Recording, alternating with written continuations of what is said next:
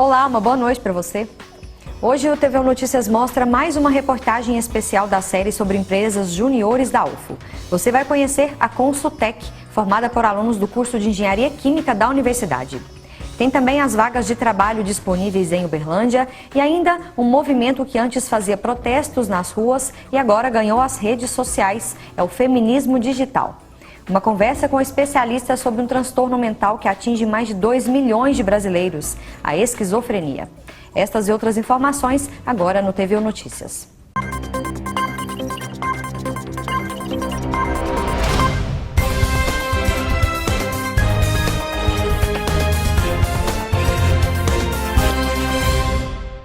Hoje, na nossa reportagem especial sobre as empresas juniores da UFO, você vai conhecer a Consultec. A empresa júnior foi fundada em 2013 e conta com a participação de 40 alunos do curso de Engenharia Química da Universidade. A empresa júnior oferece serviços de consultoria química e desenvolve projetos em várias áreas. E a gente faz projetos nas áreas de atuação do engenheiro mesmo, para o pessoal do curso estar mais em contato com essa parte que não é tão visado em sala de aula, né? A gente trabalha com parte de dimensionamento de equipamentos, parte de gestão de resíduos efluentes das indústrias. A gente tem uma parte também do Premend, que é um programa do DEMAI que a gente trabalha. A gente trabalha com a parte de otimização das indústrias, né? Ver como que elas podem otimizar os seus processos. A Aline é estudante do curso de Engenharia Química da UFO. Pensando em ter experiência com a área empresarial, a aluna decidiu participar da empresa júnior Consultec. Apesar de já ter trabalhado com iniciação científica, eu queria ter uma visão do meio empresarial. Através da Consultec, a gente tem contato com o público, com o cliente, com alunos e indiretamente industrial também, através dos projetos. 40 estudantes do curso de Engenharia Química da UFO participam da Consultec. A empresa júnior começou em 2013 e até o momento já foram desenvolvidos 6 projetos. 2 deles estão em andamento. Os projetos que a gente tem realizado ultimamente foram o Premend, que é o Programa de Monitoramento de Efluentes Não Domésticos. Ele é uma lei municipal aqui do município de Uberlândia, no qual os usuários especiais, que são os não residenciais, eles têm que fazer um projeto que é o RAI, que é o Relatório de Autocaracterização do Empreendimento, e eles contratam a Consultec para fazer esse relatório, no qual a gente coloca todo o fluxograma, descreve o efluente, descreve todo o funcionamento da empresa. E o outro projeto que a gente tem em andamento é de um plano de gerenciamento de resíduos sólidos, para uma fábrica de filtros, no qual a gente vai realizar esse plano de gerenciamento. A gente tem que destinar corretamente os resíduos desse cliente. Em abril, a Consultec vai realizar a 2ª Semana de Empreendedorismo e Inovação. A consultora de marketing Maria Clara explica que as inscrições podem ser realizadas até 19 de abril e o investimento é de R$ 40. Acontecerá nos dias 26, 27 e 28 de abril. As inscrições podem ser feitas através do site da ingressaria e o pagamento pode ser feito tanto pelo site quanto por depósito bancário. O evento será composto por palestras e um desafio final. O desafio tem como tema inovação. E o evento tem como objetivo estimular e motivar a criação de um ambiente empreendedor dentro da universidade.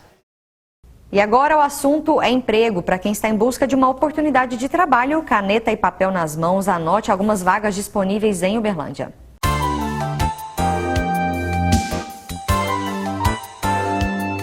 Vaga para operador de caixa é para trabalhar em uma gráfica. O salário é de R$ 1.000, mas vale transporte e é preciso ter experiência. Mais informações no e-mail consultoria@fundaçãocdl.org.br. Vaga para operador de televendas. Empresa de grande porte oferece 63 vagas de trabalho para vendas com telefonia móvel. O salário é de R$ 880, mais comissão e benefícios. Não é necessário ter experiência. Mais informações no CDL Estágio 02@fundaçãocdl.org.br ou pelo telefone 3239-3458. Vaga para recepcionista atendente é para atuar em escola de idiomas. O salário é de R$ 989, mais comissão e benefícios. A empresa pede que o candidato tenha experiência com atendimento ao cliente, disponibilidade de horário e ensino médio completo. Mais informações, cdlestágio@fundaçãocdl.org.br. Vaga para supervisor de panificadora. O salário é de R$ 1.500, mais vale transporte e vale alimentação. A empresa pede disponibilidade de horários e é necessário que o candidato tenha experiência. Mais informações no consultor irh@fundaçãocdl.org.br. Vaga para técnico em eletrônica para atuar em rádio e TV. O salário inicial é de R$ 1.800, mais benefícios. O candidato precisa ter carteira de habilitação, curso técnico em eletrônica e experiência em bancada de assistência. Mais informações, renataM@fundaçãocdl.org.br. Vaga também para estágio em administração. O salário é de R$ 600, mais vale transporte. É necessário que o candidato tenha conhecimento em Excel e faça o curso de administração. Mais informações no cdlestágio@fundaçãocdl.org.br. O movimento que antes fazia protestos nas ruas agora ganhou as redes sociais. É o feminismo digital que atrai e chama a atenção de apoiadores e críticos. O espaço na web é democrático para vivência e troca de experiências. O desafio é não esquecer que as lutas são bem reais. Talvez você não conheça Júlia Tolesano, mais conhecida como Juju, mas o que ela diz ganha cada vez mais respeito na rede. Mas Juju, como eu vou saber se eu estou num relacionamento abusivo? Você não sabe. Ou você sabe, mas você escolhe não saber. Então, fique atento aos sinais. E quais são esses sinais? Vamos responder algumas perguntas aqui comigo. Venha cá, venha cá. O vídeo Não Tire o Batom Vermelho tem quase 2 milhões de acessos no YouTube. Ele bombou na internet em 2015, ano que marcou uma revolução na internet. Hoje ela tem mais de 750 mil inscritos em seu canal no YouTube. Gente interessada em debater, ouvir e entender temas relacionados a comportamento, em especial respeito aos direitos da mulher. Feminismo? Chame como quiser. O certo é que tem muita gente envolvida nisso. O Think Olga, né, é um projeto muito legal que tem nas redes sociais. Eles incentivam várias ações, principalmente usando hashtags no Twitter. Teve uma que foi bem forte ano passado, que eu fiquei bastante sensibilizada. Surgiu por causa daquela questão de uma participante do MasterChef Júnior, que várias pessoas começaram a fazer publicações que assediavam ela, né, uma criança de 12 anos, e aí surgiu o assunto do primeiro assédio no Twitter. As pessoas começaram a falar quando aconteceu seus primeiros assédios. E o Think Olga conseguiu identificar que a idade média das pessoas, quando sofrem o primeiro abuso, é uns 9 anos de idade. Então isso é realmente chocante, mas isso encorajou que uma mulher foi falando, a outra resolveu desabafar também. Então várias coisas que estavam num silêncio oculto, que nunca seria colocado para fora, as redes sociais fortaleceram isso, né? E muita gente pôde ter a chance de conversar sobre esse assunto, de melhorar uma questão que nem a terapia conseguiu resolver muitas vezes. Com diferentes abordagens, as redes miram o clique certeiro. A ideia é fortalecer as mulheres por meio da informação e dar a elas voz e vez diante de um cenário não muito afeito a gentilezas. As feministas chamam isso de empoderar. O hashtag Primeiro Assédio, por exemplo, teve 11 milhões de buscas no Google em 2015. Tema do Enem no mesmo ano, a violência contra a mulher também bombou nas redes, mas, como na redação, é preciso critério. Gosto de sugerir que as pessoas nunca publiquem nas redes sociais coisas que elas não falariam em público para várias pessoas, porque as redes sociais potencializam muito qualquer discurso, né? Então, uma fala que você faz em um tweet pode reverberar por anos, ser usada contra as pessoas. Você mesmo pode mudar de ideia em algum momento, então tem que ter muita delicadeza e consciência do que se fala nas redes sociais, né? Em qualquer assunto, em qualquer contexto, a gente tem que ter uma responsabilidade muito grande sobre o que nós comunicamos. Com delicadeza que Laura conduz seu trabalho. Formada em Direito, em 2013 ela mergulhou de vez no universo dos quadrinhos e com ele, no feminismo. O traço leve conquistou o mercado, dominado por homens. Além de publicações, Laura passou a usar a internet para narrar histórias reais de mulheres vítimas de preconceito e violência. Vale dar uma ressaltada que eu optei por fazer isso baseado em relatos reais e não baseados em ficção ou nas minhas próprias palavras, porque eu não me senti capaz de falar sobre vivências que não eram a minha. Por exemplo, ser uma mulher negra, eu não me senti apta a falar sobre isso. Ser uma mulher trans, eu não sei como é a vivência dessas mulheres especificamente. E aí, por isso, eu optei por fazer relatos reais. E eu acho que isso deu uma honestidade muito grande para o trabalho.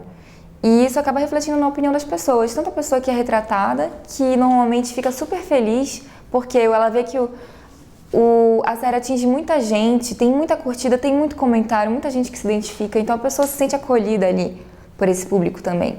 E o próprio público também fala pra mim, comenta lá que precisava mesmo ler sobre isso, precisava mesmo saber que existe uma discussão sobre tal tema, e que se sente muito representado. Isso é maravilhoso, é muito gratificante mesmo. As plataformas digitais ajudam a formar redes onde mulheres compartilham frustrações e medos, denunciam agressões e também se fortalecem por encontrarem neste ambiente relatos de experiências semelhantes. Esta convivência virtual ajuda a construir uma identidade. O passo seguinte, mais desafiador, é transformar este desejo de mudança em algo concreto, real. A maioria dessas jovens, elas já nasceram em uma era onde as pessoas se comunicam prioritariamente pela internet, né? Elas assistem televisão pela internet, elas se comunicam pela internet, elas até namoram pela internet. Eu ainda sou da época do olho do olho. E não existe, nós não temos como lutar contra o sistema vigente se não envolvermos políticas públicas nisso, se não estivermos presentes na Câmara Municipal, no Conselho Municipal da Mulher, se não discutirmos a legislação. Há exemplos desta participação efetiva das mulheres, como os atos contra o aumento das passagens em Belo Horizonte, as ocupações em defesa da moradia e em coletivos urbanos, que lutam pela garantia de direitos. Poderosa ferramenta, mas para dar continuidade a isso, sim, é preciso ir para as ruas. Como? Precisamos aprender com os movimentos de luta da periferia.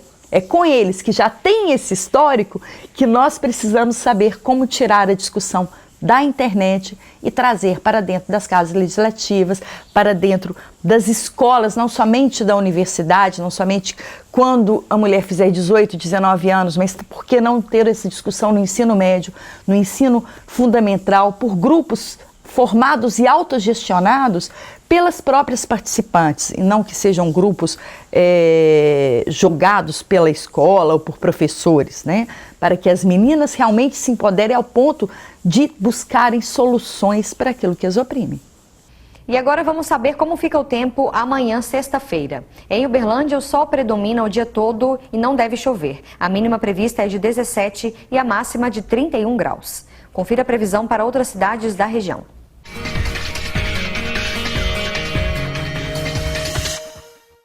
Mínima de 15 e máxima de 30 graus em Patos de Minas. A previsão do tempo é de sol o dia todo.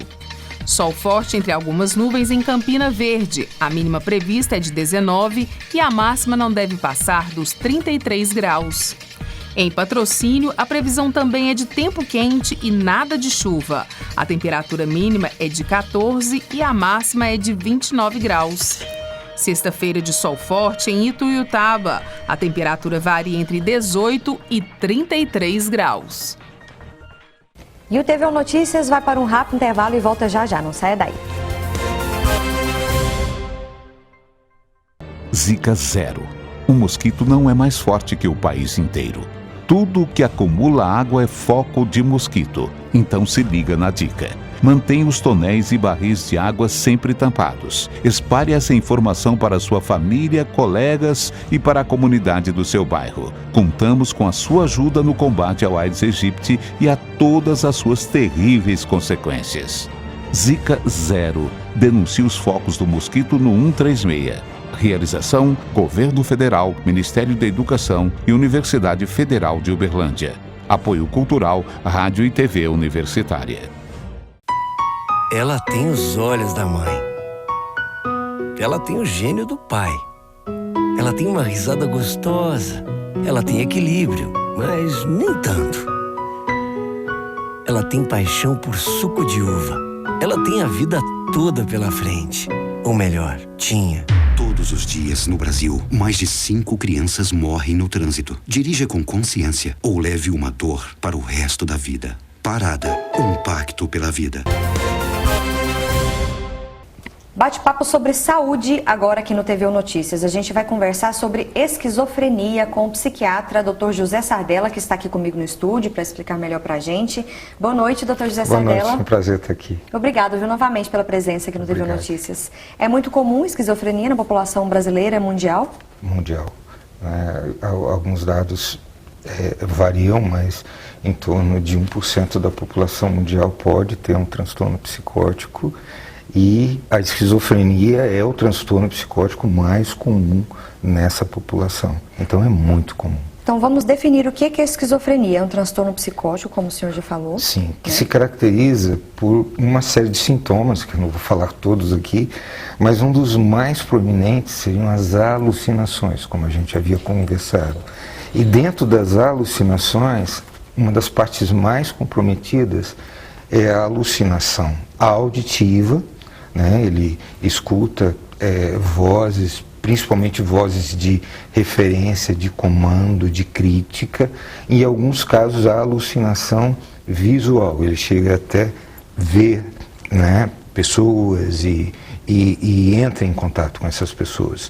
Esses seriam sintomas, alguns dos sintomas positivos, mas tem os sintomas negativos, que é um certo embotamento afetivo, ou seja, a pessoa vai perdendo o contato com a realidade externa, o contato com ele mesmo, ele vai se fechando dentro de um mundo muito próprio, muito específico.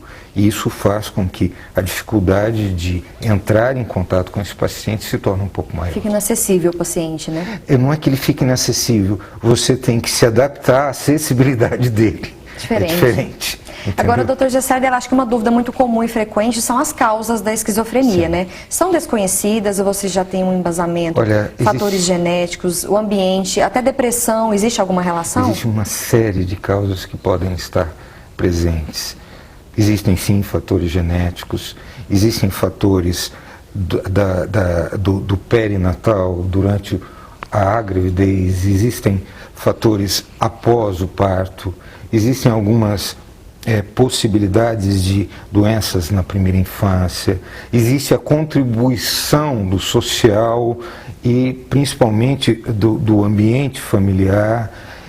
É uma gama de possibilidades que juntas podem eclodir essa patologia. Não é uma causa única, mas é um conjunto de possibilidades dependendo da susceptibilidade daquela pessoa. O diagnóstico da esquizofrenia é complicado? Como é que funciona? Como é que vocês avaliam o paciente? Não é complicado, é um diagnóstico que necessita de observação. Por exemplo, o diagnóstico ou a possibilidade da eclosão da doença, ela se inicia basicamente a partir da pré-adolescência e da adolescência, principalmente nos homens. As mulheres podem eclodir um pouco mais tardiamente. Mas algumas pessoas, mesmo sem ter o primeiro sintoma específico, ou seja, mesmo sem ter o surto agudo da alucinação, 5 anos antes, 6 anos antes, já começa a apresentar alguns pródromos, que seja, algumas sinalizações que ela pode ser um paciente de risco. E hoje é o que a gente está tentando focar. Por quê? Quanto mais cedo eu identifico isso, quanto mais cedo eu oriento, menor a possibilidade de eu manter um resíduo ao longo da vida dessa pessoa. Então, hoje a gente tenta empoderar, né, ou seja, essas pessoas que estão em contato com a criança, o adolescente, para que ela observe, não é que ela faça o diagnóstico, mas para que ela observe que algo não está bem e de que esse paciente precisa de um olhar, né, para ver se ele vai poder desenvolver essa patologia ou não.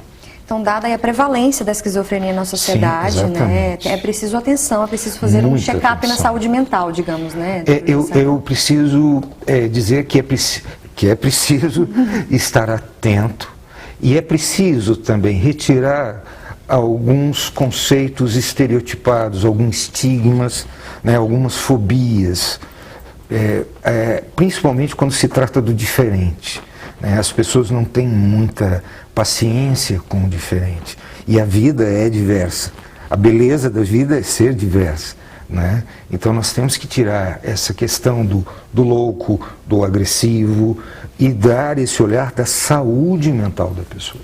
Agora, falando de tratamento, doutor José Sardella, é multidisciplinar também, digamos, medicamento com terapia, detalha para a gente. Exatamente. E existem vários níveis de intervenção, né? A farmacologia, graças a Deus, evoluiu muito e mudou até a forma da gente manter o paciente em exclusão. Hoje a gente pode tratar o paciente na comunidade com esses fármacos que basicamente tentam diminuir a interferência de um neurotransmissor chamado dopamina.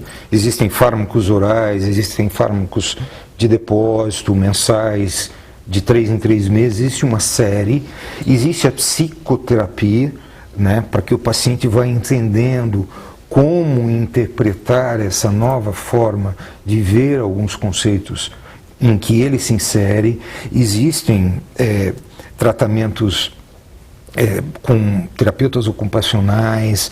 Existe uma coisa muito importante chamada psicoeducação, que é o quê? Orientar não só o paciente, mas a família a lidar com essa patologia, a entender. É muito importante o apoio da família, dos amigos. Muito importante. Porque na maioria das vezes, se você trata apenas o paciente e não o grupo onde ele está inserido, lembra que eu falei para você que às vezes ele muda a percepção de interpretar esse grupo. As pessoas e o próprio paciente vai se isolando. E um dos pontos fundamentais do tratamento, junto com um bom fármaco, é você introduzir alternativas do convívio, né, na sociedade e não excluir esse paciente da sociedade, porque aí você realmente vai estar fazendo o contrário. Mas eu agradeço muito pela sua entrevista, por esclarecer as nossas dúvidas aqui no TV Notícias sobre esquizofrenia. Eu que agradeço, é um prazer. Um prazer. E o TV Notícias vai para um rápido intervalo e volta já já, não sai daí.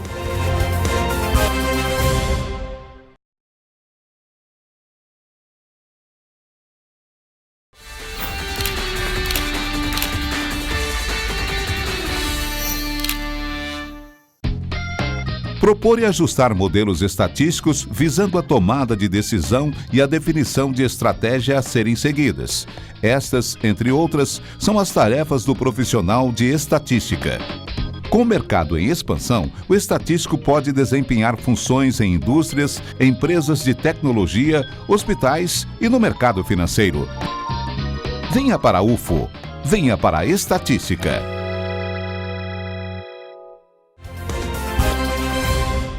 21 de abril é o dia de um dos principais movimentos separatistas do Brasil, a Inconfidência Mineira. Joaquim da Silva Xavier, conhecido como Tiradentes, foi um dos poucos participantes dessa rebelião. E os detalhes de uma das maiores revoltas do Brasil colônia e os reflexos da mesma nos dias atuais, eu vou conversar com o professor de História, Florencio de Freitas Neto. Boa noite, Florencio. Boa noite. Obrigada pela presença aqui no TV Notícias. Eu que agradeço. De uma maneira geral, porque a gente não tem muito tempo, o que foi a Inconfidência Mineira? Bom, a Inconfidência Mineira foi um movimento marcante no século XVIII, né? Num período de grande repressão da coroa portuguesa, de controle fiscal, não é? Período de grande riqueza, porque o ouro era extraído de Minas Gerais, mas de pesados impostos. E as elites, não é, que viviam dessas riquezas começam a ficar descontentes com essa opressão da coroa portuguesa, que vai se aliar, o século XVIII é o século das luzes, né, um pensamento iluminista, a ideia de liberdade, de igualdade, vai casar com os interesses, né, desses participantes da Inconfidência. Eu queria que você falasse para a gente brevemente os reflexos que você vê da Inconfidência Mineira nos dias atuais. É importante a gente falar isso, né, Neto? Sim. Apesar do movimento ter sido debelado pela coroa portuguesa, não é, as ideias de liberdade, de igualdade, vai alimentar movimentos posteriores, não é, inclusive culminando na própria independência do Brasil. Posteriormente, não é, na proclamação da República, há um resgate da imagem do Tiradentes na construção de novos valores republicanos, já que ele lutava não só pela independência, mas também pela instituição de um regime republicano no Brasil, não é, em contraposição à monarquia. E, mais recentemente, em função, não é, do ambiente político que a gente tem vivido, não é, com a famosa delação premiada, não é, a devassas investigações feitas à época, no século XVIII, também envolveu a delação. Não é? No caso, o Joaquim Silvério dos Reis, ele vai entregar participantes da Inconfidência em troca, não é, do perdão de dívidas que ele havia contraído com a coroa portuguesa. Não é? Então, a delação premiada não é uma novidade, não é? Como existe um link, né? A gente é fruto do passado, apesar de ser um movimento antigo, né, Neto? Contribuiu para a formação de movimentos sociais, a gente poderia dizer isso? Claro, porque você tem, apesar de ser um movimento elitista, a gente percebe que no decorrer da história do Brasil, não é, há vários momentos de contestações, não é aquela ideia de que o brasileiro é muito alheio, não é, que pouco participativo, mas a história do Brasil nos mostra, né, vários movimentos, a qual a Inconfidência foi um movimento percussor, não é? E claro, as ideias de liberdade e igualdade é o que alimenta até a nossa Constituição hoje, né, a busca por direitos, né, de grupos historicamente marginalizados se pautam por essas concepções, não é? Então a Inconfidência realmente foi um movimento que trouxe essa organização social que buscava, né, se afirmar na sociedade, né, que questionava, né, um governo opressor por parte da coroa portuguesa. Então, e a história é um processo, né? A gente vive o agora, mas com muita influência, né, dessa nossa história. Por isso que é importante, né, resgatar aí o passado, né? Como hoje, 21 de abril, né? Pra gente entender, né? O assunto dá para discutir muita coisa ainda, mas a gente tem que encerrar. Obrigada, viu, Florencio, pela sua participação aqui no TV Notícias. Eu que agradeço. Obrigado. E o TV Notícias de hoje termina aqui. Lembrando que as reportagens exibidas estão na página da TV Universitária no Facebook e também no YouTube. Dicas ou sugestões, basta encaminhar o e-mail para redaçãotvu@gmail.com. Uma ótima noite para você e até amanhã.